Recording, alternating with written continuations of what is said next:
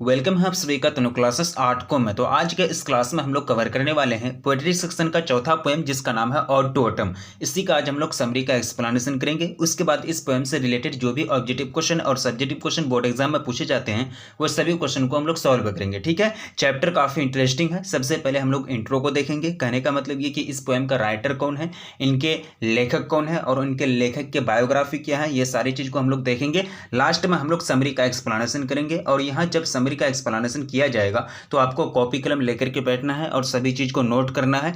और सभी चीज़ को नोट करेंगे तभी आप याद रख पाएंगे। ठीक है, अन्यथा फिर कुछ समय के बाद आप भूल जाएंगे, क्योंकि क्लास अभी करते हैं आप, क्लास करने के बाद कुछ समय तक आपको याद रहेगा, उसके बाद फिर भूल जाएंगे। इसलिए नोट करना बहुत ज़रूरी है और सभी लाइन को समझना जरूरी है, क्योंकि आपको बोर्ड एग्जाम में समरी पूछा जाता है 5 मार्क्स का। और यहाँ लाइन बाय लाइन जब तक आप नहीं समझेंगे तब तक बोर्ड एग्जाम में आप समरी का एक्सप्लेनेशन नहीं कर पाएंगे। समरी वाला जो क्वेश्चन होता है 5 मार्क्स का, उसका आंसर शायद नहीं दे पाएंगे। ठीक है, इसलिए समरी को अच्छा तरह से समझना है। तो चलिए स्टार्ट करते हैं। सबसे पहले हम लोगों को ये जानना है कि पोएम का नाम है ऑड टू ऑटम। इसको अगर हिंदी ट्रांसलेट किया जाए तो इसका मीनिंग होगा पतझड़ के लिए ओढ़ी, यानी पतझड़ जो एक प्रकार का सीजन होता है, एक प्रकार का जो मौसम होता है, उसी के लिए ओढ़ी, उसी को क्या बोलते हैं, ओढ़ी, यानी ऑड टू ऑटम। तो ऑड टू ऑटम का एक प्रकार का क्या है, पोएम है। अगर टाइप देखा जाए, मतलब टाइप कहने का यह प्रकार, ये किस प्रकार का पोएम है, तो ये नेचर पोएम है। क्योंकि आपको पता है कि पतझड़ जो है, पतझड़ ऋतु एक प्रकार का प्राकृतिक ऋतु है जो नेचर का तरफ से आती है। यानी पतझड़ ऋतु आदमी लाता है क्या, नहीं, यह प्रकृति का तरफ से आता है। और पतझड़ ऋतु का इसमें जिक्र किया गया है, पतझड़ ऋतु का इसमें एक्सप्लेनेशन किया गया है। तो यहाँ कहीं ना कहीं प्रकृति की तरफ से जो चीज़ आती है उसका एक्सप्लेनेशन, उसका एक तरह से उसका जिक्र किया गया है। ठीक है, तो ये किस प्रकार का पोएम कहलाएगा, नेचर पोएम कहलाएगा, नहीं प्राकृतिक पोएम कहलाएगा, प्राकृतिक कविता कहलाएगा। और इनके जो राइटर हैं, नरेटर बोले, राइटर बोले या फिर स्पीकर बोले, ठीक है, तो इनके राइटर कौन है, जॉन किट्स, यानी इनके राइटर हैं जॉन किट्स। ये चीज़ आपको याद रखना है। इनका अगर जन्म हुआ था 1795 में मूनफील्ड लंदन में, यानी जॉन किट्स का जो जन्म हुआ था 1795 में मूनफील्ड लंदन में हुआ था। जगह का नाम है मूनफील्ड और लंदन में। ठीक है, और ये जो देहांत किए थे रोम के इटाली में 1821 में, यानी 1821 में रोम के इटाली में इनका देहांत हो गया था। नेक्स्ट पॉइंट है रीजन। अब देखिए, रीजन कहने का मतलब ये जो देहांत किए थे 1821 में, क्या कारण था, कौन सी बीमारी थी, तो ट्यूबरकुलोसिस, जिसको टीबी बोलते हैं। क्या बोलते हैं, टीवी नहीं, टीबी। टीवी एक होता है टीवी, ठीक है, टीवी का मतलब होता है टेलीविजन, और एक होता है टीबी, टीबी का मतलब होता है ट्यूबरकुलोसिस। ठीक है, यानी जो एक प्रकार का क्या है, रोग है। और ये रोग जो होता है माइकोबैक्टीरियम ट्यूबरकुलोसिस के कारण होता है। माइकोबैक्टीरियम ट्यूबरकुलोसिस एक प्रकार का बैक्टीरिया है जो क्या होता है, जिसके कारण ट्यूबरकुलोसिस यानी टीबी होता है। ठीक है, तो यही रीजन था, यानी ट्यूबरकुलोसिस रीजन था जो 1821 में इनका जान ले लिया, जॉन किट्स का जान ले लिया। यानी जॉन किट्स का देहांत हो गया 1821 में, किसके कारण, ट्यूबरकुलोसिस के कारण। ये नेक्स्ट पॉइंट। अब देखिए, एजुकेशन की अगर बात की जाए तो इन्होंने एजुकेशन जो प्राप्त किए थे जॉन किट्स गाइस हॉस्पिटल में, ठीक है, जीकेटी स्कूल ऑफ मेडिकल एजुकेशन, इन्होंने एजुकेशन प्राप्त किए। अब देखिए नेक्स्ट पॉइंट है कि वेल नोन एज, यानी जॉन किट्स को किसके रूप में जाने जाते हैं, या फिर जॉन किट्स को किसके रूप में जाने जाते थे, यानी अ रोमांटिक पोएट। सबसे पहला पॉइंट आपको याद रखना है, ये जो रोमांटिक पोएट, अब ये काफ़ी बार पूछा जा चुका क्वेश्चन है, निम्नलिखित में से किसको रोमांटिक पोएट के रूप में जाने जाते हैं, या फिर John Keats well known as, तो नीचे आपको दे देगा metaphysical poet, romantic poet, both, या फिर नन ऑफ दिस। तो आपको टिक करना है रोमांटिक पोएट, यानी जो जॉन किट्स है वो किसके रूप में जाने जाते हैं, और रोमांटिक पोएट के रूप में जाने जाते हैं। फादर का नाम है थॉमस किट्स, क्या नाम है, फादर का नाम इनके थॉमस किट फादर का नाम थे, और मदर का नाम फ्रांसिस जेनिंग्स इनका मदर का नाम है। नेक्स्ट पॉइंट है कि his father died after falling off his horse in 1804। ठीक है, यानी 1804 में इनका फादर का देहांत हो गया था, क्योंकि रेसिंग चल रहा था घोड़े का। जब रेसिंग चलता है तो घोड़ा खूब दौड़ता है, ठीक है, और उस टाइम वो घोड़े से गिर गए थे, और घोड़े से गिरने के बाद उनको काफ़ी ज़्यादा चोट लगी, और चोट लगने के बाद वो जो है एक प्रकार का बहुत बड़ा कारण बन गया घोड़े से गिरना, और वो उनके पिताजी का वहाँ क्या हो गया, देहांत हो गया। ठीक है, यानी his father died after falling off his horse in 1804, ठीक है, यानी 1814 में इनका देहांत हो गया इनके फादर का, यानी 1804 में इनके फादर का देहांत हुआ और 1821 में ये खुद देहांत कर गए जॉन किट्स। नेक्स्ट पॉइंट देखिए ये सब चीज़ आपको, ये क्या पढ़ रहे हैं हम लोग, ये बायोग्राफी पढ़ रहे हैं। जॉन किट्स यानी जो पोएट है उनका बायोग्राफी पढ़ रहे हैं, और बायोग्राफी से क्वेश्चन आपको हर हाल में पूछा जाएगा, कहीं छोड़ने वाला नहीं है बोर्ड एग्जाम में, ठीक है। नेक्स्ट पॉइंट है कि हिज इंपॉर्टेंट वर्क्स, जैसे कि हम लोगों ने पढ़ा था, यानी मतलब दो चरण में पिछला जो पोएम है आपका, पोएम थर्ड में यानी now the leaves are falling fast में, तो वहाँ 2 चरण में हम लोगों ने पढ़ा था, अमेरिकन फेज और ब्रिटिश फेज, ठीक है। वहाँ मतलब उनके जो पोएट का नाम है वो 2 वर्क को मिले हम लोगों ने 2 कैटेगरी में बांट करके पढ़ा था, ठीक है। तो यह जॉन किट्स से अगर वर्क देखा जाए जॉन किट्स का, तो इनके जो इंपॉर्टेंट वर्क हैं, क्या क्या कार्य किए हैं, तो ये पहला जो कार्य है ऑन इंडोलेसेंस, क्या हो जाएगा, ऑन इंडोलेसेंस, ऑन ए ग्रेसियन अर्थ, उसके बाद हो जाएगा ऑन मेलानोकोली यानी उदासी, लामिया, हाइपरियन, एंडोमाइन, ये सब क्या है इनके इंपॉर्टेंट वर्क हैं जो बोर्ड एग्जाम में पूछे जाते हैं। To a nightingale, to Psyche, ठीक है, ये सब क्या है इंपॉर्टेंट वर्क है जो इन्होंने अपना जिंदगी में किया, और अच्छा खासा मतलब पोएम की दुनिया में यानी पोएट की दुनिया में, कवि की दुनिया में अच्छा खासा जगह हासिल किया, अच्छा स्थान हासिल किया यानी प्राप्त किया। नेक्स्ट पॉइंट है कि सम इंपॉर्टेंट नोट्स। अब देखिए सम इंपॉर्टेंट नोट्स के अंतर्गत जितने सारे पॉइंट हैं ये सभी इंपॉर्टेंट है, ये चीज आपको याद रखना है। तो यहाँ सबसे पहला पॉइंट है कि John Keats was one of the greatest of English romantic poet, यानी इंग्लिश रोमांटिक पोएट में इंग्लिश अंग्रेजी के कवियों में जॉन किट्स की गिनती बहुत मतलब अच्छे खासे होते थे, और वो क्या था सबसे एक, यानी सभी बड़े कवियों में, सभी इंग्लिश यानी अंग्रेजी भाषा के सभी बड़े कवियों में वो एक क्या थे, बहुत बड़े रोमांटिक पोएट थे, यानी बहुत बड़े रोमांटिक कवि थे। कौन, जॉन किट्स, ठीक है। He studied at clerks school eight Enfield, ठीक है, यानी वो उन्होंने जो अध्ययन किया वो क्लर्क्स स्कूल में अध्ययन किया, कहाँ, इनफील्ड में। नेक्स्ट पॉइंट है कि John Keats was deeply interested in cricket and boxing. ये लाइन काफ़ी इंपॉर्टेंट है क्योंकि यह आपको पूछा जाता है बोर्ड एग्जाम में कि John Keats interested in dash, ठीक है, डैश दे देगा आपको या फिर ऑब्जेक्टिव क्वेश्चन के रूप में पूछा जा सकता है। तो जॉन किट्स को जो है क्रिकेट और बॉक्सिंग खोलने में काफ़ी ज़्यादा इंटरेस्ट आता था, वो क्रिकेट और बॉक्सिंग को काफ़ी ज़्यादा पसंद करते थे जॉन किट्स।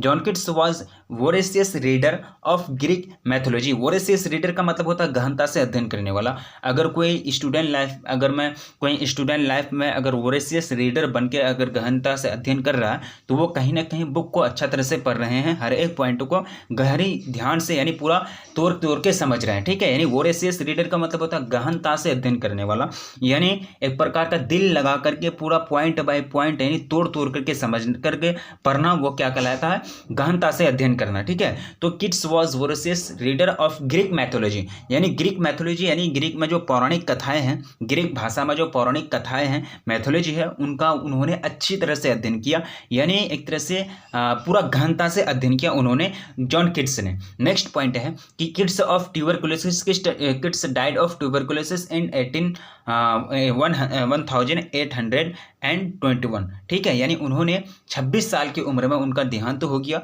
ट्यूबरकुलोसिस के कारण जॉन किट्स का। नेक्स्ट पॉइंट है कि किट्स सेज, अब देखिए ये लाइन आपको काफ़ी इंटरेस्टिंग लगेगा। जॉन किट्स कहते हैं कि a thing of beauty is a joy forever, यानी जॉन किट्स वो कहते हैं a thing of beauty is a joy forever, यानी एक सुंदर वस्तु की सुंदरता हमेशा बनी नहीं रहती है, ठीक है, यानी एक सुंदर वस्तु की सुंदरता हमेशा बनी नहीं रहती है, नहीं सॉरी मिस्टेक हो गया यहाँ, a thing of beauty is a joy forever, यानी जो एक प्रकार का, ये हिंदी को मत अंडरलाइन कीजिएगा, थोड़ा सा मिस्टेक हुआ है, ठीक है, यानी किसी भी चीज़ की जो सुंदरता होती है वो हमेशा के लिए नहीं होती है, वो एक तरह से जॉय के लिए, एंजॉय के लिए होती है, ठीक है। Beauty is truth and truth is beauty, Keats से जॉन किट्स कहते हैं कि beauty is truth and truth is beauty, यानी जो सुंदरता है वही सत्य है और जो सत्य है वही सुंदरता है। यहाँ आप देखिए ये लाइन काफ़ी इंटरेस्टिंग लगेगा आपको, वो क्या कहते हैं कि ब्यूटी इज ट्रूथ, यानी जो सुंदरता है वो क्या है, मतलब सत्य है, यानी जो सत्य है वो सुंदरता है, और यानी जो एक प्रकार का जो सत्य है वह सुंदरता है और जो सत्य है वही सुंदरता है, ठीक है, यानी एक प्रकार का कह सकते हैं सत्य ही सुंदरता है, सुंदरता ही सत्य है, मतलब घुमा फिरा के कोई भी पॉइंट को आप पहले बोलिए या फिर बाद में बोलिए, जो सत्य है वही सुंदरता है और जो सुंदरता है वही सत्य है। ये कौन कहते हैं जॉन किट्स, यानी किट्स के अनुसार अपने पोएम में उन्होंने ये दर्ज किया है, उन्होंने ये अपने पोएम में लिखा है, ठीक है। नेक्स्ट पॉइंट है कि Ottoman is the season of mist and मेलो फ्रूट फ्रूटफुलनेस, यानी ऑटोमन जो है एक प्रकार का कोहरा का मौसम है। कोहरा का मौसम समझते हैं ना, जब कोहरा का यानी ठंडी का मौसम चलता है तो रेलगाड़ियां रोक दी जाती है, बहुत सारे ट्रैफिक जाम हो जाते हैं, ठीक है, दिखाई नहीं देता आगे इंसान को तो गाड़ी कैसे चलाएगा, ठीक है, तो उसको बोलते हैं मिस्ट, कोहरा, ठीक है। जब सुबह सुबह आप निकलते होंगे तो वो मिस्ट यानी कोहरा के कारण आपको आगे तक दिखाई नहीं देगा, तो वो क्या कहलाता है, कोहरा कहलाता, ठीक है। तो Ottoman is the season of mist and मेलो फ्रूटफुलनेस, यानी मेलो फ्रूटफुलनेस का मतलब होता है मधुर फल पकने वाला मौसम, यानी फ्रूटफुलनेस का मतलब होता है फल पकने वाला मौसम। मेलो फ्रूटफुलनेस यानी मधुर फल पकने वाला मौसम है कौन, ऑटोमन, यानी ऑटोम की बात की जाती है, ऑटोमन सीजन यानी पतझड़ ऋतु की बात की जाती है। Autumn is a close bosom friend of maturing sun, autumn जो है पतझड़ जो है वो क्लोज बॉजम फ्रेंड है। क्लोज का मतलब क्या होता है, काफी जिगरी दोस्त, काफी क्लोजली वाला दोस्त, close bosom friend of maturing सन, यानी मैच्योरिंग सन की यानी परिपक्व सूरज की काफी गहरी दोस्ती है, यानी काफी परिपक्व सूरज और मतलब एक तरह से ऑटोमन का जो दोस्ती है काफ़ी करीबी दोस्ती है दोनों के बीच।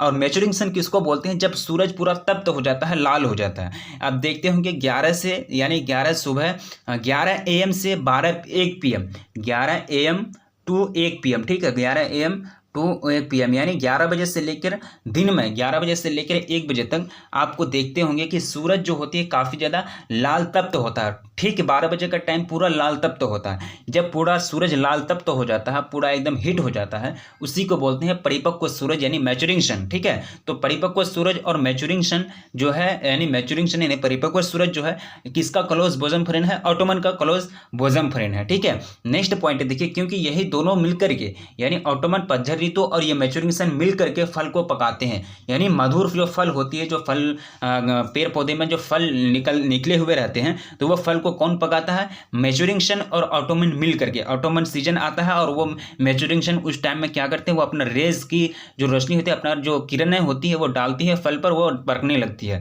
नेक्स्ट पॉइंट है कि John Keats was a great lover of nature, तभी तो उन्होंने नेचर पर पोएम लिखा। यानी कहने का मतलब ये कि जॉन किट्स जो है वो ग्रेट लवर थे, यानी बहुत बड़े मतलब उनको प्रकृति से काफ़ी ज़्यादा लगाव था, और जिनको क्या नाम से जाने जाते हैं, नेचर, यानी एक प्रकार का रोमांटिक पोएट के नाम से जाने जाते हैं, और उनको प्रकृति से काफ़ी ज़्यादा लगाव था, प्रकृति से ज़्यादा लगाव था, तभी उन्होंने क्या किया है, प्रकृति का एक तरह से व्याख्या किया है। पतझड़ ऋतु एक प्रकृति का तरफ से आने वाला ऋतु है, और उन्होंने इस पोएम के माध्यम से पतझड़ ऋतु की जो खूबी होती है, जो उनका मेरिट्स होता है, उनको डिस्क्राइब किया है। नेक्स्ट पॉइंट देखिए, Ottoman starts with the departure of summer season, यानी ऑटोमन जो स्टार्ट्स होती है वह कब स्टार्ट होती है, जब समर सीजन चले जाता है, ठीक है, प्रस्थान कर जाता है, डिपार्चर कर जाता है समर सीजन, तब ऑटोमन का सीजन स्टार्ट होता है। ये चीज आप याद रखेंगे। His poem Endymion was appreciated by Wordsworth, यानी ये एक प्रकार का समझ सकते हैं एप्रिसिएटेड, ठीक है। His poem Endymion was appreciated by Wordsworth. अब देखिए वर्ड्सवर्थ जो है उस टाइम के यानी जॉन किट्स के टाइम के वो वर्ड्सवर्थ जो हैं काफ़ी बड़े मतलब ये थे पोएट थे, वो भी बहुत, ये आदमी का नाम है, ये जो है आदमी का नाम है, वो भी बहुत बड़े पोएट थे, कवि थे, और इन्होंने तारीफ किया था। यानी हिज पोएम यानी जो जॉन किट्स का पोएम का नाम है एंडोमियन, आपको यहाँ कलेक्शन में पढ़ाया गया, मैंने जस्ट अभी पढ़ाया आपको, देखिए अगर आप नोट बनाते होंगे तो आप नोट में पढ़ाएंगे, जस्ट अभी पढ़ाया मैंने कि ये एंडोमियन जो है एक प्रकार का कलेक्शन है, वर्क है, किनका वर्क है, किनके द्वारा रचा गया वर्क है, जॉन किट्स के द्वारा रचाया गया वर्क है। तो ये जो एंडोमियन का जो रचनाकार किया, एंडोमियन का जो रचना किया जॉन किट्स ने, तो इनका काफ़ी ज़्यादा मतलब तारीफ किया था। एप्रिसिएटेड मतलब होता है तारीफ करना, एप्रिसिएटेड का मतलब क्या हो जाता है, तारीफ करना, ठीक है। तो काफ़ी ज़्यादा तारीफ किया था, किसने तारीफ किया था, वर्ड्सवर्थ ने तारीफ किया था, जो पब्लिश हुआ था 1818 में। 1818 में एंडोमियन का प्रकाशन हुआ, यानी इनका पब्लिश कब हुआ, 1818 में। एंडोमियन का जो जॉन किट्स के द्वारा रची गई एक कलेक्शन है, और ये कलेक्शन का बिल्कुल क्या किया गया था, तारीफ किया गया था, किनके द्वारा तारीफ किया गया था, वर्ड्सवर्थ के द्वारा तारीफ किया गया था, ठीक है। नेक्स्ट पॉइंट है John Keats was a surgeon. अब देखिए जॉन किट्स एक पोएट भी थे, और वो क्या थे, एक प्रकार का सर्जन भी थे। His first poem lines in imitation of Spencer was published इन 1814, यानी उनकी जो पहली पोएम है जॉन किट्स की सबसे पहली जो कविता है वो नाम है उनका lines in imitation of Spencer, जो 1814 में छपी थी। ये लाइन आप याद रखेंगे। नेक्स्ट पॉइंट है देखिए, his first volume of poetry entitled poems was published in 18 and 17 यानी कविता का संग्रह, यानी पहला जो वॉल्यूम है, पहला जो पोएट्री का मतलब एक तरह से पोएट्री का यानी कविता का जो संग्रह है इनटाइटल, तो वो poem was published in 18 and 17, जो कब छपा था, 1817 में छपा था। ठीक है, अब देखिए नेक्स्ट पॉइंट है, यहाँ दो मीनिंग आपको समझना है, यहाँ दो मीनिंग पोएम के अंतर्गत आया था, दो word. Swell the God, swell the God का मतलब होता है कद्दू को फुला देना। कद्दू जो होती है ना, स्वेल का मतलब होता है कद्दू। आप देखते होंगे गाँव देहात में अगर बिलोंग करते हैं आप, तो कद्दू का नाम सुने होंगे या फिर देखे भी होंगे। तो स्वेल द गॉड का मतलब होता है कद्दू को फुला देना। ठीक है, यानी जब पतझड़ की ऋतु आती है और मैच्योरिंग सन की रेज उस पर पड़ती है तो कद्दू फूल जाती है, मतलब कद्दू जो होता है वो काफी ज्यादा उसका आकार साइज बढ़ जाता है। ठीक है, तब जब पतझड़ का मौसम आता है और मैच्योरिंग सन यानी परिपक्व सूरज अपना रेज यानी अपना रोशनी उस कद्दू पर डालता है तो वो कद्दू का आकार बढ़ने लगता है, उसी को कहते हैं कद्दू का फूलना। ठीक है, प्लम्प द हजल यानी अखरोट को मोटा करना। ठीक है, अखरोट को मोटा करना, प्लम्प द हजल। अब नेक्स्ट पॉइंट है, आप देखिए यहाँ मेन एंट्री कर चुके हैं हम लोग समरी में। समरी में जब तक आप समरी को नहीं समझेंगे, ये सब आप जो पढ़े ये सब बायोग्राफी है और यहाँ से भर भर के क्वेश्चन पूछे जाते हैं बोर्ड एग्जाम में। आप याद करें ना करें, वो बोर्ड एग्जाम को नहीं कुछ लेना देना है, उनको पूछने का काम है, वो बोर्ड एग्जाम पूछेंगे, इसलिए आप लोगों को याद करना बहुत ही जरूरी है। अब चलिए हम लोग समरी में इन कर चुके हैं, तो समरी काफी इंटरेस्टिंग होगा, तो चलिए स्टार्ट करते हैं। तो the poem ode to autumn has been composed by the great romantic poet John Keats. Romantic poet है ना, यानी रोमांटिक पोएट है, रोमांटिक के अनुसार यानी रोमांटिक रूप से अपने अपना कविता को लिखते हैं, और वह कविता जो होता है लोगों में एक प्रकार का रोमांटिक भावना आ जाती है वो पढ़ने से। तो ये कौन है, ये इनका जो कंपोज किया गया ऑड टू ऑटम का हैज़ बिन कंपोज्ड यानी रचना किया गया किनके द्वारा, रोमांटिक पोएट जॉन किट्स के द्वारा किया गया। ठीक है, it is one of the finest poems of nature. Finest का मतलब होता है, फाइन का मतलब होता है अच्छा, यानी फाइनेस्ट का मतलब होता है सबसे अच्छा, बेहतरीन। सबसे अच्छा की जगह आप बेहतरीन वर्ड इस्तेमाल करेंगे तो कुछ मतलब सही है, यानी सबसे अच्छा का मतलब होता है बेहतरीन यानी सबसे बढ़िया, सबसे बेटर। ठीक है, तो it is one of the finest poem of nature, यानी जो एक प्रकार का पोएम है ऑड टू ऑटम, यानी ये प्रकृति का यानी नेचर में जो जितने सारे पोएम लिखे गए हैं प्रकृति को सराहना करते हुए, प्रकृति की बातों को जितने सारे पोएम में दर्ज किए गए हैं, जितने सारे पोएम में प्रकृति का जिक्र किया गया है, डिस्क्राइब किया गया है, वो सारे पोएम में से ये जो पोएम है ऑड टू ऑटम काफी ज्यादा बेहतरीन है, काफी ज्यादा फाइनेस्ट है, बेटर है। ठीक है, यही बात को यहाँ कह रहे हैं। He is regarded as a great natural poet of his time, यानी रिगार्डेड का मतलब होता है मानना। देखिए यहाँ आपको कहीं कहीं मैं हिंदी इन कर दिया हूँ ताकि आपको अच्छी तरह से समझ में आए। हो सकता है कि ये वर्ड का मीनिंग आपको समझ में ना आए, इसलिए मैं हिंदी यहाँ इन कर दिया हूँ। ठीक है, तो ही इज रिगार्डेड मतलब माना जाना। ठीक है, यानी मानना या फिर माना जाना। ठीक है, तो वो माने जाते थे किसके रूप में, ग्रेट नेचुरल पोएट के रूप में, अपने ही टाइम में, ऑफ हिज टाइम मतलब उनके जमाने में, उन्हीं के टाइम में उनको बड़े जो होता है प्राकृतिक पोएम के रूप में, प्राकृतिक कवि के रूप में, यानी जो प्रकृति में कवि जो होता है, जब कवि जो होता है प्रकृति को देखते हुए, प्रकृति का जिक्र करते हुए अपना कविता को लिखते हैं, प्रकृति का जिक्र करते हैं, तो वो कौन सा कवि कहलाते हैं, नेचुरल पोएट कहलाते हैं। ठीक है, तो वो अपने जमाने में वो माने जाते थे बहुत बड़े नेचुरल पोएट के रूप में, यानी प्राकृतिक कवि के रूप में। नेक्स्ट पॉइंट है कि in this poem the poet describes the beauty and characteristics of Ottoman season. ठीक है, यानी इस प्रकार के पोएम में, यानी ये जो पोएम है ऑड टू ऑटम में डिस्क्राइब करते हैं, यानी जो पोएट है वो डिस्क्राइब करते हैं, क्या डिस्क्राइब करते हैं, beauty and characteristics of Ottoman season, यानी ऑटोमन सीजन यानी पतझड़ ऋतु की जो खूबसूरती होती है, जो कैरेक्टर होता है, जो विशेषताएं होती है, उस चीज को इस पोएम के माध्यम से वो डिस्क्राइब करते हैं ऑड टू ऑटम के माध्यम से। कौन, जॉन किट्स। ठीक है, यानी ऑटोमन सीजन यानी पतझड़ ऋतु की ब्यूटी क्या हो सकती है कि उस मौसम में यानी पतझड़ ऋतु में पेड़ पौधे में नए नए पत्ते खिलने लगते हैं, नए नए पौधे आते हैं, ये उनकी ब्यूटी हो जाएगी। कैरेक्टर क्या हो जाएगा कि इस मौसम में ऑटोमन सीजन में फल पकने लगते हैं, ऑटोमन सीजन में आदमी अच्छे दिखने लगते हैं, हैप्पी लगते हैं। क्या कहता है, ऑटोमन सीजन जो आता है वो डिपार्चर हो जाता है एक तरह से समर सीजन का, तब ऑटोमन सीजन आता है। ये सब क्या है, इनका कैरेक्टर है। मतलब ऑटोमन सीजन और पतझड़ ऋतु देखते ना आप लोग, यानी जब समर सीजन चल जाता है तो पतझड़ ऋतु अपना क्या क्या होता है, यानी हवाएं चलने लगती है, पतझड़ पत्ते से, पतझड़ का मतलब क्या होता है, पत्ता का झरना, तो पत्ता झड़ जाता है उस टाइम, और पत्ता झड़ने के बाद तो नए नए पत्ते निकल आते हैं पेड़ पौधे में। ठीक है, ये सब क्या है, कैरेक्टर और ब्यूटी है ऑटोमन सीजन का, जो इस पोएम में डिस्क्राइब करते हैं John Keats ode to autumn में अपना पोएम में। ठीक है, नेक्स्ट पॉइंट है कि in this season new leaves and fruits grow on the tree, यानी वही बात मैंने जस्ट बोला कि यानी ऑटोमन सीरीज में क्या होता है, ऑटोमन सीजन में, तो इस सीजन में लीव्स जो होता है वो गिरने लगती है, यानी लीव्स जो होते हैं, जो पत्ते होते हैं वो छूटने लगते हैं, वो पैर से अलग हो जाते हैं, ठीक है, पैर नहीं पेड़ हो जाएगा, ठीक है, वो पेड़ से अलग हो जाते हैं।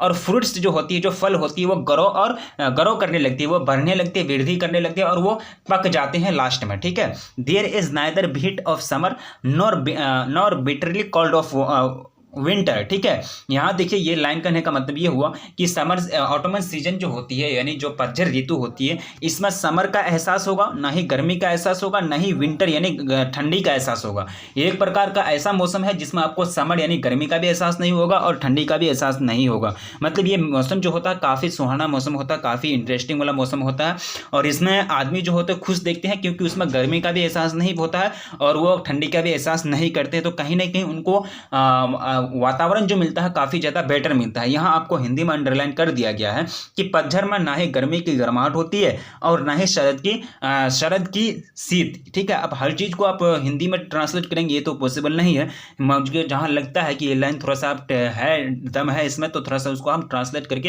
हिंदी में आप लोगों को यहाँ दिखा देते हैं, ठीक है। नेक्स्ट पॉइंट देखिए, पूछा गया है कि nature looks very beautiful. Nature जो है, प्रकृति जो है, प्रकृति में जितने सारे चीज़ें हैं वो ब्यूटीफुल है ना। हम लोग आदमी तरह तरह के उद्योग लगा करके, तरह तरह के फैक्ट्री लगा करके, तरह तरह के कारखाने लगा करके हम लोग ब्यूटी को नष्ट कर देते हैं। प्रकृति में जो ब्यूटी है, पेड़ पौधे को काट देते हैं, तो ये आदमी का खुरफाती वाला दिमाग है, ठीक है। ये आदमी का एक तरह से गलती है। आदमी अपना मतलब एक तरह से अपने लिए, अपने स्वार्थ के लिए कुछ भी कर सकता है, प्रकृति का दोहन भी कर सकता है, प्रकृति का खाता है, प्रकृति का सोता है, सब चीज़।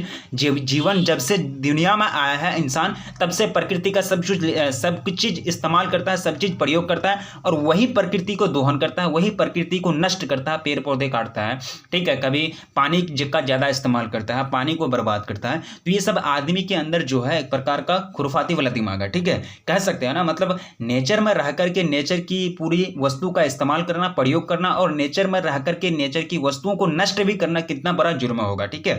इसलिए आप लोग जो है प्रकृति को समझें और प्रकृति में जितने सारे चीज़ें हैं वो सारी चीज़ों का संरक्षण करना सीखा, ठीक है, जिनको अभी हम लोग कहते हैं वातावरण संरक्षण यानी पर्यावरण संरक्षण बोलते हैं, ठीक है। सरकार जो है पर्यावरण संरक्षण पर काफ़ी ज़्यादा जोर दे रही है। नेक्स्ट पॉइंट है कि नेचर लुक्स वेरी ब्यूटीफुल, काफ़ी ज़्यादा सुंदर दिखती है। Everywhere birds begin to sing sweet song at the advent of season, ठीक है। एवरीवेयर यानी हम लोग देखिए, हम जब भी उठते थे हमको अभी हम अगर देख जाएँ 5, 10, 8 साल पहले पीछे जब हम बच्चे थे, तो हमको जहाँ तक याद आ रहा है कि उस टाइम चिड़िया जो थी यानी जो बर्ड्स थे उनकी संख्या ज़्यादा थी। अभी हमको पता नहीं लग रहा है कि अभी उनका संख्या घट गया, ठीक है। जब भी गांव जाते थे, मैं भी गांव से बिलोंग करता हूं, जब भी गांव जाते थे तो लगता था कि पूरा चिड़ियों से भरा हुआ है मेरा गांव, पेड़ पौधे जो है पूरा चिड़ियों का घोंसले से भरा हुआ है। लेकिन अभी जाते हैं तो अभी उनकी संख्या कहीं ना कहीं हमको एहसास होता है कि अभी उनकी संख्या घट रही है। क्यों? क्योंकि आदमी का सब इसमें हस्तक्षेप है। तरह तरह के सैटेलाइट लगा दिया गया है, तरह तरह के रेज आते हैं और वो रेज जो होती है, सैटेलाइट जो होती है उनका जो रे होती है काफ़ी ज़्यादा घातक होता है और वो रे का मतलब सहन नहीं कर पाता, जिसके कारण तितली, चिड़िए, बर्ड्स जो भी होती है, जो भी मधुमक्खियाँ होती है वो सब मरने लगती हैं, ठीक है। उनकी संख्या अब कम हो गई है, कहीं ना कहीं वातावरण असुंदर दिखने लगा है, ठीक है। यानी प्रकृति में जो भी वातावरण होते हैं, जो भी पर्यावरण होते हैं वो कहीं ना कहीं अब अभद्र लगता है, ठीक है, यानी देखने में अच्छा नहीं लगता है। तो ये सब एक प्रकार का बैड इफेक्ट है। जब आदमी औद्योगिकरण में आगे बढ़ रहा है, जब अर्थव्यवस्था में विकास कर रहा है, तो ये सब उनका बैड इफेक्ट है। कोई भी चीज़ आप आगे बढ़िएगा तो उसका नेगेटिव पहलू भी होता है और पॉजिटिव पहलू भी होता है, ठीक है। Everywhere birds begin to sing sweet song at the advent of season, ठीक है। यानी हर जगह जो होती है बर्ड्स गाने लगते हैं, यानी स्वीट सॉन्ग, सिंग स्वीट सॉन्ग, यानी जो चिड़िए होते हैं जो पतझड़ ऋतु में होते हैं ना, चिड़िए जो काफ़ी ज़्यादा चहचहाने लगते हैं, यानी खुशी में वो लोग स्वीट सॉन्ग गाते हैं। जब अब ये गेस की है, आप कभी सुने हैं जब एक चिड़िया बोलती है तो उनके साथ में कई चिड़िया बोलने लगती है। यानी एक चिड़िया एक साथ नहीं बोलती, एक चिड़िया जो है एक बार में एक साथ अकेले नहीं बोलती, उनके साथ कई चिड़िया एक ही साथ में एक ही स्वर में आवाज़ उठा देती है, एक ही स्वर में गाती है। तो चिड़िया जो होती है हर जगह, बर्ड्स जो होती है हर जगह स्वीट सॉन्ग गाती है eight the advent of season, यानी एडवेंट का मतलब होता है आगमन यानी आना, ठीक है। ये जो सीजन आने लगता है यानी ऑटोमन सीजन यानी पतझड़ ऋतु जब आने लगता है, ठीक है। अब देखिए नेक्स्ट पॉइंट है पीपुल लुक हैप्पी, यानी पीपुल जो होते हैं, जो लोग होते हैं वो हैप्पी दिखने लगते हैं, वो खुश दिखने लगते हैं, क्योंकि उनको किसी चीज़ का एहसास नहीं होता उनके स्वास्थ्य पर, उनके शरीर पर, ना ही गर्मी का इफेक्ट पड़ता है, ना ही विंटर का इफेक्ट पड़ता है, क्योंकि आपको पता है कि ऑटोमन सीजन जो है ना ही इसमें गर्मी का एहसास होगा, ना ही इसमें विंटर का एहसास होगा। नेक्स्ट पॉइंट है कि they do their work easily during the season, people look smart and healthy, ठीक है। यानी इस सीजन के ड्यूरिंग, यानी इस सीजन के अवधि में, ऑटोमन सीजन के अवधि में जो पीपल होते हैं वह काफ़ी ज़्यादा ईजी रूप से, इजीली यानी आसानी से अपने काम को करते हैं, उनको गर्मी नहीं लगती है, उनको ठंडी भी नहीं लगती है, तो कोई भी काम वो करने लगेंगे तो करते रहेंगे, ठीक है। उनको कोई चीज़ का एहसास नहीं होगा, इसलिए ईजी से अपने वर्क को वो कर डालते हैं। People look smart and healthy, यानी इस मौसम में, इस ऋतु मौसम में, पतझड़ ऋतु के मौसम में पीपल जो होते हैं स्मार्ट दिखने लगते हैं और हेल्दी दिखने लगते हैं, ठीक है। The rays of the sun make man happy and bold, यानी जो रेज होती है, अब देखिए मैंने आप लोगों को पढ़ाया कि जो रेज होती है, मैच्योरिंग सन की रेज होती है, वो क्या करती है, फल को भी पकाता है। ये मैच्योरिंग सन की रेज आती है, ठीक है, ये फल को भी पकाता है और क्या करता है कि आदमी के अंदर जो होती है हड्डी को विटामिन डी के रूप में, विटामिन डी प्रोवाइड करता है, और वो विटामिन डी को एब्जॉर्ब करके आदमियों के जो हड्डी होते हैं वो काफ़ी ज़्यादा मजबूत हो जाता है, ठीक है। यानी बोल्ड का मतलब क्या होता है, मजबूत होना, यानी हैप्पी कब क्यों होगा हैप्पी, क्योंकि इसमें ये मैच्योरिंग जो ऑटोमन सीजन है इसमें फल पकने लगते हैं और अच्छा खासा मौसम है, चिड़िया चहचहाने लगते हैं, तो हैप्पी हो जाता है, आदमी पूरा खुश हो जाता है। और बोल्ड क्यों हो जाता है, क्योंकि इसमें जो मैच्योरिंग सन जो होता है वो अपना रेज पृथ्वी पर डालती है, और वो रेज जो होता है आदमी के बॉडी में आता है और विटामिन डी उसमें इन्वॉल्व करता है, और जिसके कारण उसका हड्डियां जो होती है मजबूत होती है और वो बोल्ड हो जाता है, एकदम ताकतवर हो जाता है पूरा इंसान, ठीक है। नेक्स्ट पॉइंट है कि the rays of the sun make fruits tasty, यानी जो रेज होती है, जो मतलब किरणें होती है सूरज की, वो फ्रूट्स को क्या बना देती है, टेस्टी बना देती है, स्वादिष्ट बना देती है, ये चीज आपको कह रहा है, ठीक है।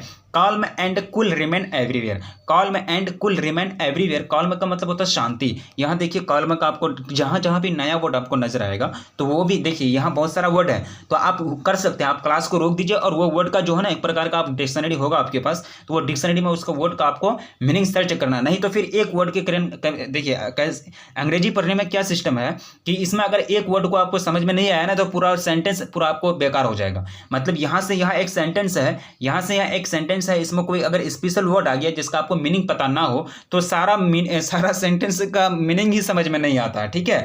यानी सारा सेंटेंस का जो मतलब होता है वो ही समझ में नहीं आता, मतलब एक वर्ड का मीनिंग ना जानने से पूरा सेंटेंस का मीनिंग जानना काफ़ी ज़्यादा इम्पॉसिबल हो जाता है, मतलब थोड़ा सा दिक्कत हो जाता है। इसलिए आप लोग बीच में डिक्शनरी लेकर के बैठेंगे, उनको ट्रांसलेट करके उनका मीनिंग को भी जान लेंगे तभी बेटर होगा, ठीक है। वैसे भी यहाँ कोई ज़्यादा मैंने हार्ड वर्ड का इस्तेमाल नहीं किया, हार्ड वर्ड का प्रयोग नहीं किया है, ठीक है। Calm and cool remain everywhere, यानी सभी जगह जो होती है शांति रहती है, और क्या रहती है, मतलब एक तरह से शांति यानी कूल रहती है, सभी जगह शांति रहती है, एवरीवेयर यानी सभी जगह हर जगह, कॉल्म यानी शांति बनी रहती है, ये ऑटोमन सीजन के दौरान, ऑटोमन सीजन यानी पतझड़ ऋतु के दौरान, ठीक है। नेक्स्ट पॉइंट है thus we can say that the poet is a lover of nature who describes autumn in a series of memorable picture. Last में हम लोग कह सकते हैं कि जो पोएट हैं, जो जॉन किट्स हैं, वो नेचर के लवर हैं, यानी प्रकृति के प्रेमी हैं, प्रकृति को अच्छा तरह से पहचानते हैं, प्रकृति की बात करते हैं, प्रकृति से उनका काफ़ी लगाव है। जो ऑटोमन सीरीज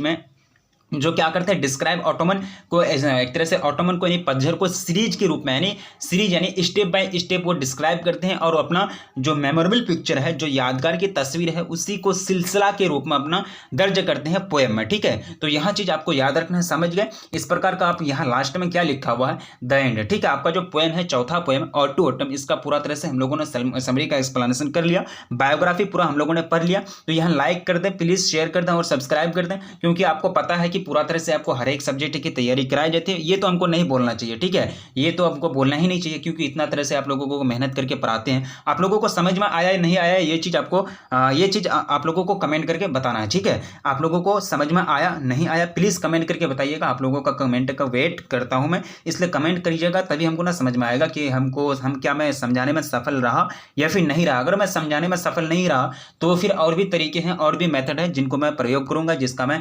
यूज़ करूँगा, आप लोगों लोगों को समझाने में, आप लोगों को पोएम को अच्छा तरह से समझाने में। ठीक है, तो ये सारा चीज आपको याद रखना है। ठीक है, ये सारा चीज आपको याद रखना है, क्योंकि पोएम का जो दिया गया है, पोएम का मेन जो निचोड़ होता है, जो सारा जो इंपॉर्टेंट टॉपिक होता है, इंपॉर्टेंट नहीं A to Z, जितना इंपॉर्टेंट और जनरल सारा टॉपिक इसमें आप लोगों को मैंने बता दिया, कोई भी टॉपिक आपका नहीं छूटा। और लास्ट में आपका ऑब्जेक्टिव क्वेश्चन और सब्जेक्टिव क्वेश्चन बचा, तो उसको हम लोग बहुत ही जल्द कवर करेंगे। ठीक है, तो अंग्रेजी सेक्शन यानी अंग्रेजी 100 मार्क्स अंग्रेजी का पोएट्री सेक्शन का चौथा पोएम और टू ऑटम का हम लोगों ने समरी को, बायोग्राफी को पूरा तरह से कंप्लीट कर लिया है। तो इसी तरह से आप लोग का हर एक समरी का एक्सप्लेनेशन होगा, हर एक पोएम के समरी का एक्सप्लेनेशन होगा, उसके बाद आपका प्रोज सेक्शन स्टार्ट होगा। इसी तरह से आप बने रहिए और अपना ख्याल रखिए, पढ़ाई को जारी रखिए। मिलेंगे फिर नेक्स्ट क्लास में, तब तक के लिए जय हिंद।